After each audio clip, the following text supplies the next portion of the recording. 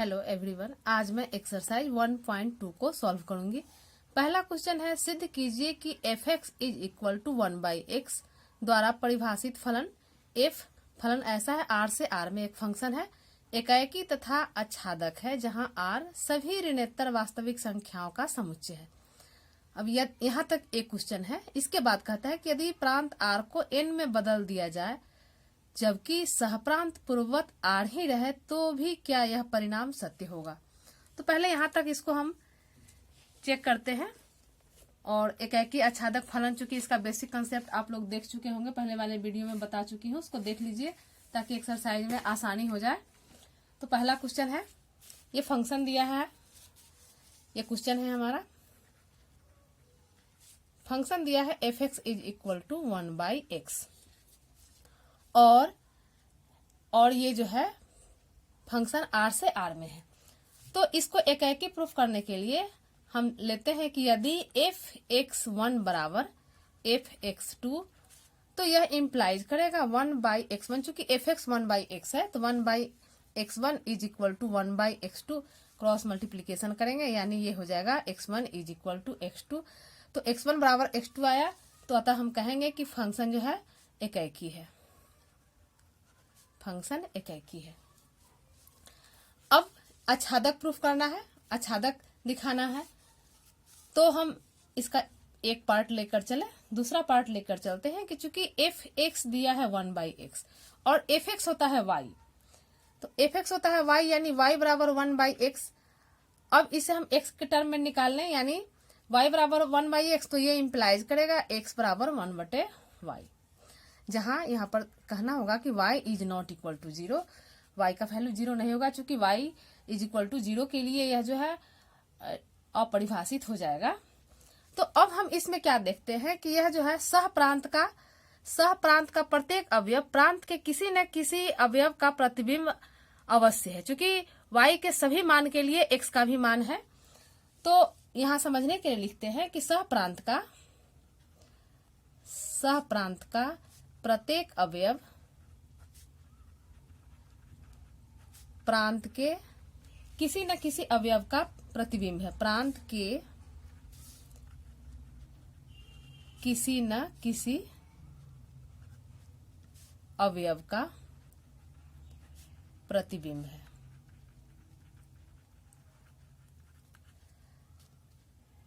इसलिए कहेंगे कि f आच्छादक है, इसलिए f आच्छादक है, यानी ऑन टू, आच्छादक यानी ऑन टू। यहाँ पर ये दिक्कत नहीं होना चाहिए, क्योंकि समझने के लिए यहाँ पर देखिए, अगर एरो डायग्राम लेते हैं तो यह फंक्शन जो है हमारा R2R है, ये फंक्शन R से R में है। तो y के किसी भी वैल्यू के लिए मान लेते हैं कि यहाँ पर y अगर 1 ले लेते हैं तो x भी 1 आएगा, अगर y अगर 2 लेते हैं तो x आ जाएगा 1/2, यानी यह जो है 2 1/2 का प्रतिबिंब 2 हुआ, अगर 3 है तो यह 1/3 का प्रतिबिंब हुआ। तो ये जो है यहाँ पर y के हर मान के लिए x का जो है प्री इमेज यहाँ इसमें अवश्य है। प्री इमेज का मतलब हुआ पाक प्रतिबिंब या पूर्व प्रतिबिंब, तो इसलिए हम इसे कहेंगे कि f आच्छादक है।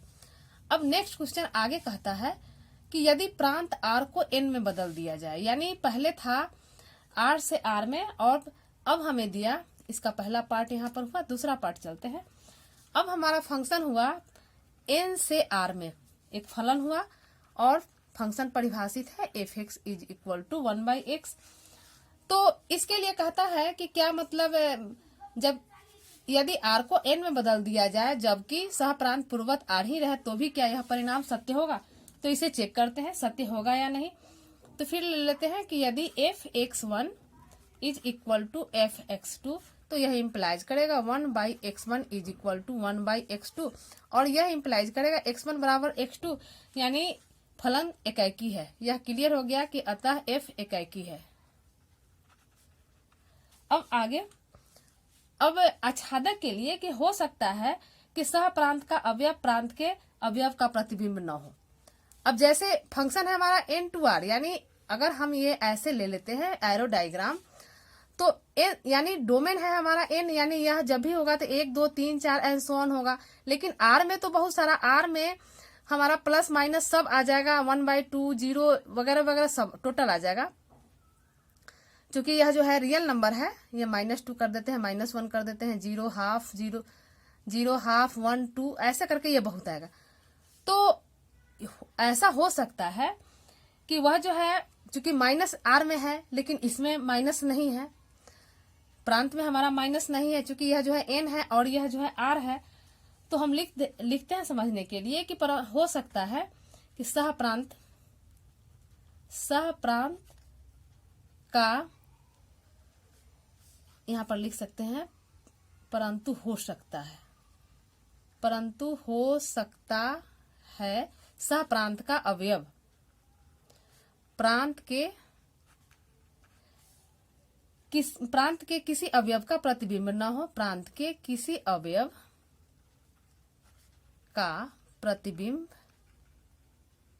न हो। जैसे अगर ले लेते हैं कि -2 सह प्रांत में है, यानी -2 जैसे -2 बिलोंग इन आर, बट लेकिन यहाँ चूंकि फंक्शन हमारा fx = 1/x है तो फंक्शन परिभाषित है, यहाँ -2 अगर बिलोंग करेगा आर में तो यहाँ -1/2 is not belong in an, यह एन में नहीं है।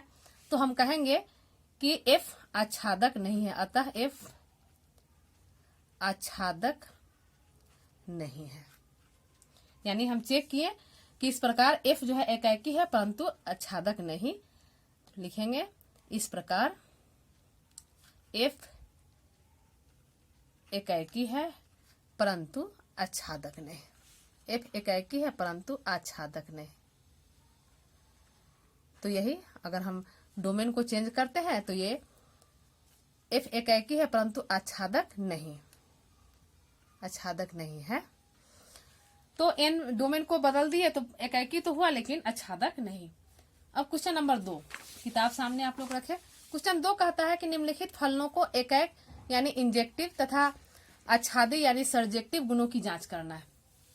फंक्शन दिया है fx = x² द्वारा प्रदत्त f सच दैट, यानी फंक्शन है n से n में एक फलन है। तो fx = x², तो एकाकी के लिए मान लेते हैं कि अगर यदि fx1 = fx2 तो यह इम्प्लाइज करेगा यहाँ पर x² है, यानी इसको ऐसे लिखेंगे x1 x² = x2² और यह इम्प्लाइज करेगा x1 = x2 जहां x1 और x2 बिलोंग करता है n में, x1 x2 belong in n यानी इस डोमेन में बिलोंग करता है। तो अब यहाँ यह शो हो गया कि फलन जो है एकाकी है, तो हम लिखेंगे कि अतः फलन एकाकी है। फलन एकाकी है। एकाकी यानी यहाँ पर समझ लीजिए इंजेक्टिव, यानी 1 कहे या इंजेक्टिव कहे, इंजेक्टिव। अब दूसरा पार्ट है आच्छादी के लिए। तो चूंकि यहाँ पर हम देख रहे हैं कि यहाँ fx = x² है, तो हम यहाँ पर कह सकते हैं कि सह प्रांत में ऐसे भी अवयव है जो प्रांत के किसी भी अवयव का प्रतिबिंब नहीं है। जैसे पहले इसको a मान ले b। अब f2 अगर रखते हैं तो यह जो है आ जाएगा 2 का स्क्वायर यानी 4। अगर f3 रखते हैं तो यह 3 का स्क्वायर यानी यह हो जाएगा 9। तो यहाँ पर हम देख रहे हैं चूंकि ये जो है n to n में है, तो यहाँ पर ऐसे इसको डायग्राम से समझ ले लेते हैं 1 2 3 4, इसमें भी ले लेते हैं 1 2 3 4 5 6।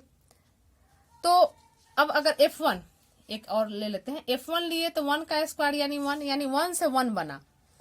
ये फंक्शन बन रहा है n से n में, लेकिन 2 डालते हैं तो 4 बना, 3 डालते हैं तो 3 का आ जाएगा 9, यानी बीच में हमारा 2 3 है, 5 6 है। ये सब जो फंक्शन है यह जो है किसी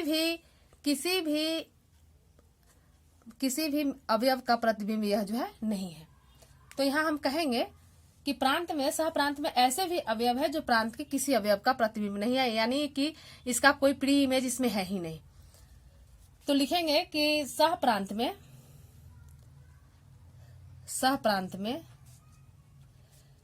कुछ अवयव कुछ अवयव ऐसे हैं जो प्रांत के किसी अवयव का प्रतिबिंब नहीं है, किसी अवयव का प्रतिबिंब नहीं है। जैसे यहाँ हम देख रहे हैं हमेशा 2 3 छूट रहा है, फिर 5 6 छूटेगा तो 9, फिर अगर 4 का प्रतिबिंब बनेगा तो 16 बनेगा, बीच का सारा अवयव छूट जाएगा। तो यही यहाँ पर हम कहे जैसे में लिख देते हैं, जैसे में 2 3, जैसे 2 3 इत्यादि। इसका अवयव प्रतिबिंब नहीं है तो हम कहेंगे कि यह इंप्लाइज करेगा कि एफ आच्छादक नहीं है। यानी हम कहेंगे कि फंक्शन एकाएकी है परंतु आच्छादक नहीं। अतः फलन एफ एकाएकी है परंतु आच्छादक नहीं।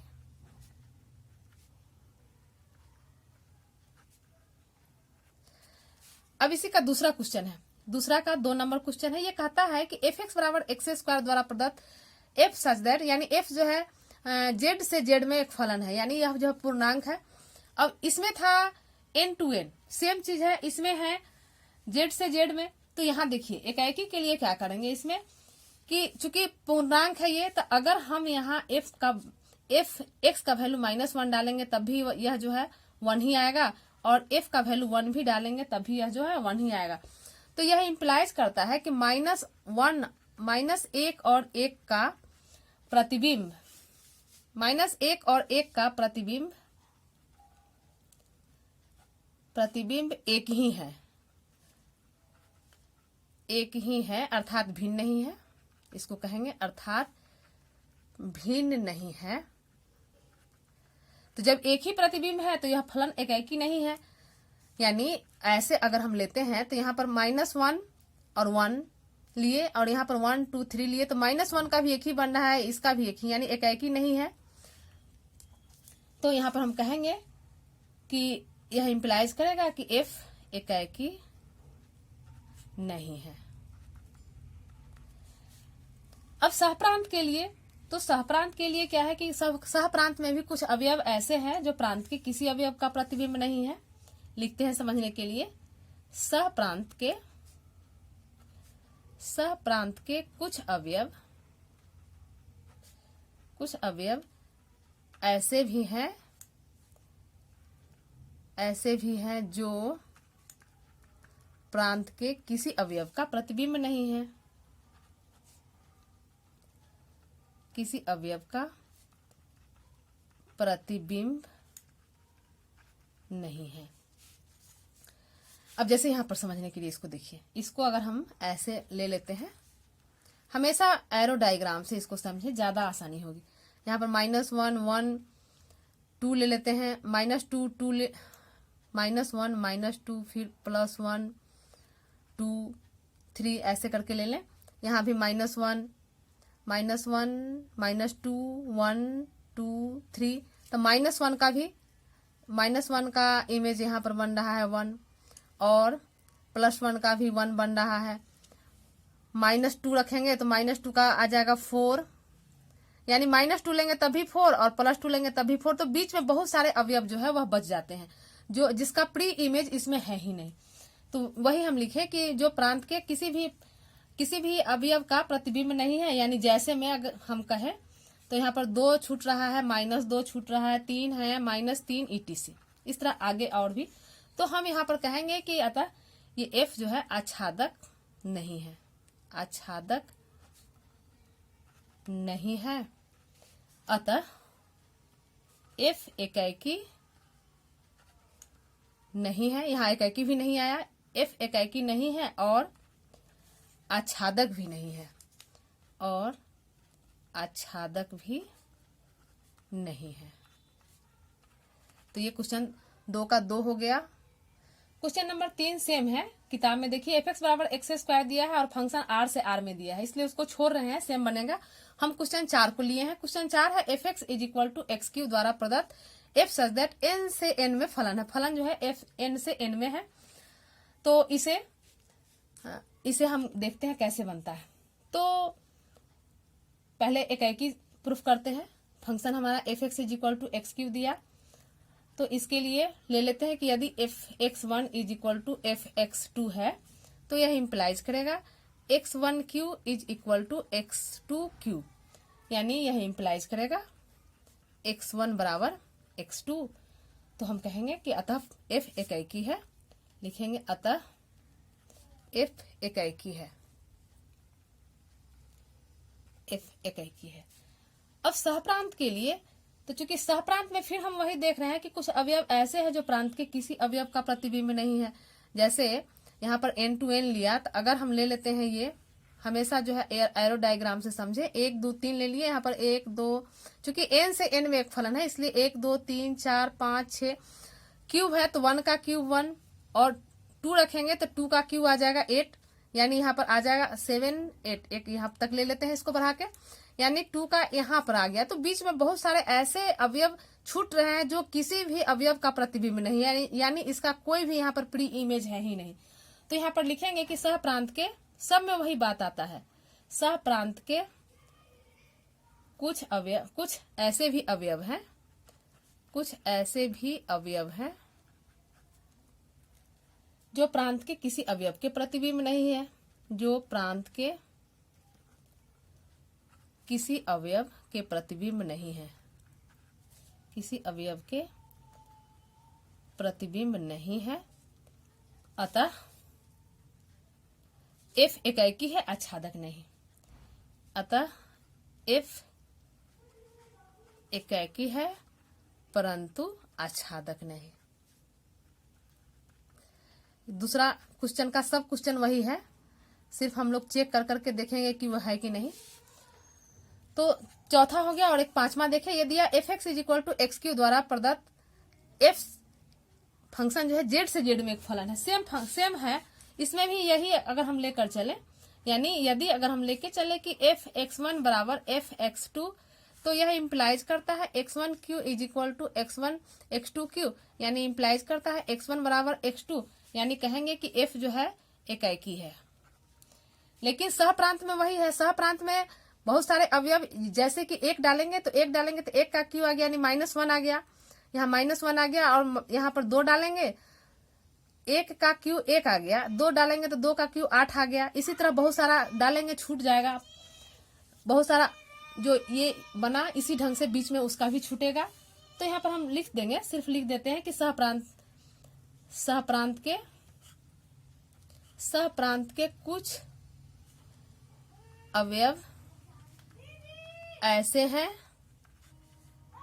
जो प्रांत के किसी अवयव का प्रतिबिंब नहीं है, जो प्रांत के किसी अवयव का प्रतिबिंब नहीं है, किसी अवयव का प्रतिबिंब नहीं है। यानी यहाँ पर चूंकि पूर्णांक है तो पूर्णांक है तो माइनस में भी चले, -1 -2 1 2 ले लेते हैं, कुछ भी यहाँ पर -1 -2 या 1 2 3 4, तो -1 का क्यू करेंगे तो -1 आया, लेकिन -2 का क्यू करेंगे तो -8 आएगा, तो बहुत सारा ऊपर में छूट जाएगा। फिर अगर 1 का क्यू करते हैं तो 1 आएगा, लेकिन फिर 2 का क्यू करते हैं तो फिर 8 आएगा। तो इस ढंग से यहाँ पर जो है बहुत सारा अवयव छूट रहा है, इसीलिए हम यहाँ पर लिखे कि सह प्रांत के कुछ अवयव ऐसे हैं जो प्रांत के किसी अवयव का प्रतिबिंब नहीं है। तो इसलिए जैसे यहाँ पर बीच में 2 3 4 छूट जाएगा, क्यू यह किसी का क्यू नहीं आता है, जैसे में लिख दे 2 है 3 है 4 है, डॉट डॉट डॉट कर दे, तो हम कहेंगे कि एफ आच्छादक नहीं है, एफ आच्छादक नहीं है, अतः एफ इकाई है परंतु आच्छादक नहीं, परंतु आच्छादक नहीं। तो ये क्वेश्चन नंबर 2 सब सेम ही था। अब नेक्स्ट क्वेश्चन देखते हैं। क्वेश्चन कहता है सिद्ध कीजिए कि f x is equal to, यह जो है ग्रेटेस्ट इंटीजर ऑफ एक्स इसको पढ़ा जाता है, ग्रेटेस्ट इंटीजर ऑफ एक्स द्वारा प्रदत्त, यहाँ लिख भी दिया है, महत्तम पूर्णांक फलन, और फंक्शन आर से आर है। तो कहता है न तो इकाई है और न आच्छादक, जहां ग्रेटेस्ट इंटीजर ऑफ एक्स यानी एक्स से कम या उसके बराबर महत्तम पूर्णांक को निरूपित करता है। तो यहाँ पर देखिए, यहाँ पर क्या है, पहले इसका लिख लें। ये फंक्शन दिया है f x is equal to greatest integer of x, तो यहाँ अगर हम f1.3 लेते हैं तो 1.3 का भी वैल्यू यहाँ 1 ही आएगा। यहाँ पर एकदम समझ लीजिए, यह जो 1 है, यह 1.3 ले, 1.5 ले, 1.9 ले, यहाँ तक इस सब का वैल्यू जो है 1 के ही बराबर होगा ग्रेटेस्ट इंटीजर ऑफ x में। इसका मतलब ही यानी इसका ग्रेटेस्ट इंटीजर लेंगे तो यह 1 के ही बराबर होगा। तो यहाँ पर समझने के लिए देखिए कि 1.3 लिए तब भी 1, और फंक्शन अगर हम 1.6 लेते हैं तब भी 1। तो यहाँ पर क्या देख रहे हैं कि 1.3 का भी इमेज और 1.6 का भी इमेज एक ही बन रहा है।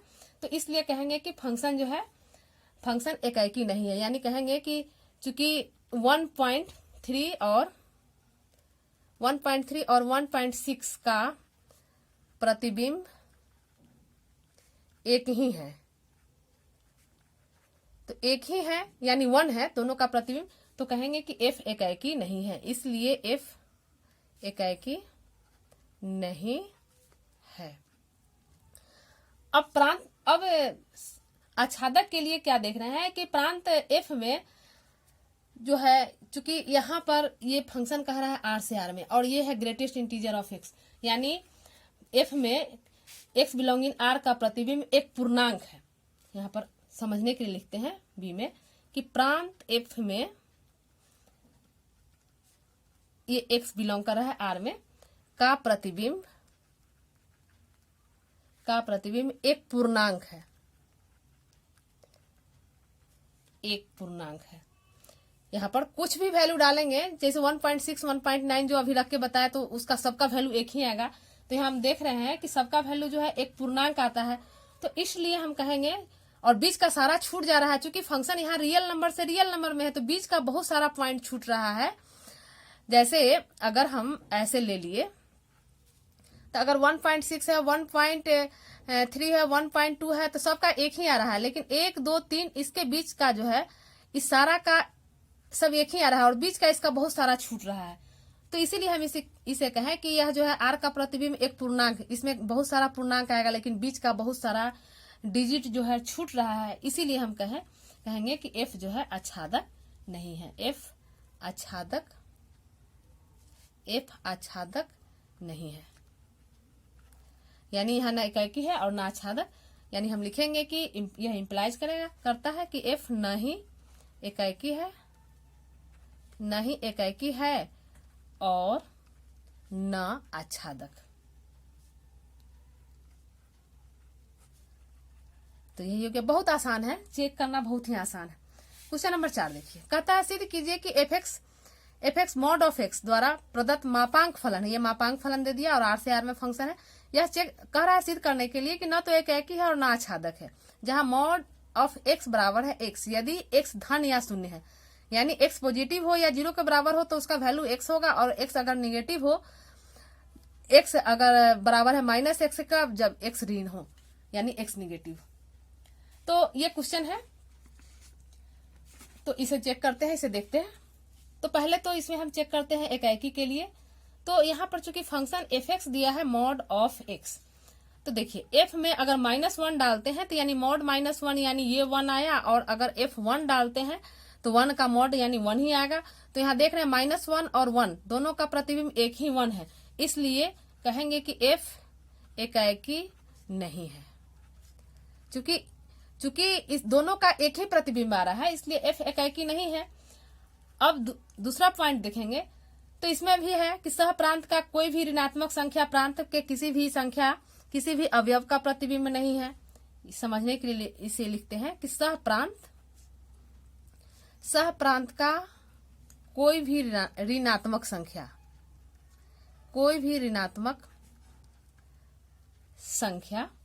प्रांत के किसी भी अवयव का प्रतिबिंब नहीं है। अब कैसे, तो देखिए यहाँ पर डायग्राम अगर ले लेते हैं, तो अगर यहाँ पर -1 -2 ले लेते हैं तो 1 2 यहाँ पर भी -1 -2 ले लिए 1 2। तो चूंकि यहाँ फंक्शन दिया है f(x) = मॉड ऑफ x, तो x का वैल्यू अगर -1 है तो ये बन जाएगा, x का वैल्यू -2 है तो ये बन जाएगा, लेकिन इसका जो भी नेगेटिव नंबर होगा, चूंकि फंक्शन जो है r से r में है, तो जो भी नेगेटिव नंबर है वह इसका कोई भी प्री इमेज इसमें नहीं है, इसलिए हम कहेंगे कि f आच्छादक नहीं है। इसलिए f आच्छादक नहीं है। अतः f नहीं एकाएकी है और ना आच्छादक है। f नहीं एकाएकी है और न आच्छादक। ये क्वेश्चन नंबर 4 हो गया। क्वेश्चन 5 है, सिद्ध कीजिए कि f such that R2R fx बराबर 1 दिया यदि x ग्रेटर देन 0, 0 दिया जब x बराबर 0 और -1 दिया जब x लेस देन 0 द्वारा प्रदत्त चिन्ह फलन न तो एकाएकी है और न आच्छादक है। अब इसे सिद्ध करना है तो देखिए, पहले इसको एकाएकी के लिए अगर यहाँ पर देखिए f1 लेते हैं या f2 लें या f3 लें, कुछ भी लें, क्योंकि x ग्रेटर देन 0 यानी 0 से बड़ा कोई भी डिजिट, कोई भी संख्या ले रहा है तो उसके लिए वैल्यू हमारा 1 ही आ रहा है, यानी ये 1 ही आ रहा है। तो हम कहेंगे, यहाँ पर लिखते हैं कि 1 और, चूंकि 1 और 2 का एक ही प्रतिबिंब है, एक ही प्रतिबिंब है। यहाँ और संख्या भी ले सकते हैं, लेकिन चूंकि 2 ही लेकर हम यहाँ पर सिद्ध कर रहे हैं कि एक लिए चाहे 2, सबके लिए 1 आएगा, चूंकि यहाँ क्वेश्चन ही, यह कंडीशन ही दे रहा है कि x ग्रेटर देन 0 के लिए fx 1 है, तो एक ही है, तो हम कहेंगे कि f एकाएकी नहीं है। अब सहप्रांत के लिए, तो सहप्रांत के लिए देख रहे हैं कि सहप्रांत में मात्र 3 अवयव है। यहाँ पर सहप्रांत में मात्र 1 0 -1 मात्र 3 अवयव है, और प्रांत में बहुत सारा अवयव है, क्योंकि x ग्रेटर देन 0 तो टोटल पॉजिटिव इंटीजर आ गया, x लेस देन 0 तो टोटल नेगेटिव इंटीजर आ गया, और x बराबर 0। तो यहाँ पर यह तो क्लियर है, तो यहाँ समझने के लिए लिख देते हैं कि सहप्रांत में मात्र 3 अवयव है, सहप्रांत में मात्र 3 अवयव है, 1 0 और -1, इसलिए कहेंगे कि f आच्छादक नहीं है, f आच्छादक नहीं है। तो यह इंप्लाइज करेगा, चूंकि f एकाएकी भी नहीं है और f आच्छादक भी नहीं है, तो लिखेंगे f न तो एकाएकी है और न आच्छादक। तो ये क्वेश्चन नंबर 5 हो गया। तो क्वेश्चन 6 से लेकर क्वेश्चन 12 तक का सॉल्यूशन आप इसके पार्ट 2 में, एक्सरसाइज 1.2 के पार्ट 2 में देख ले, और इसमें पार्ट 1 में क्वेश्चन 1 से 5 तक का सॉल्यूशन आज हुआ। इसे पूरा अच्छे से आप लोग कर लें। धन्यवाद।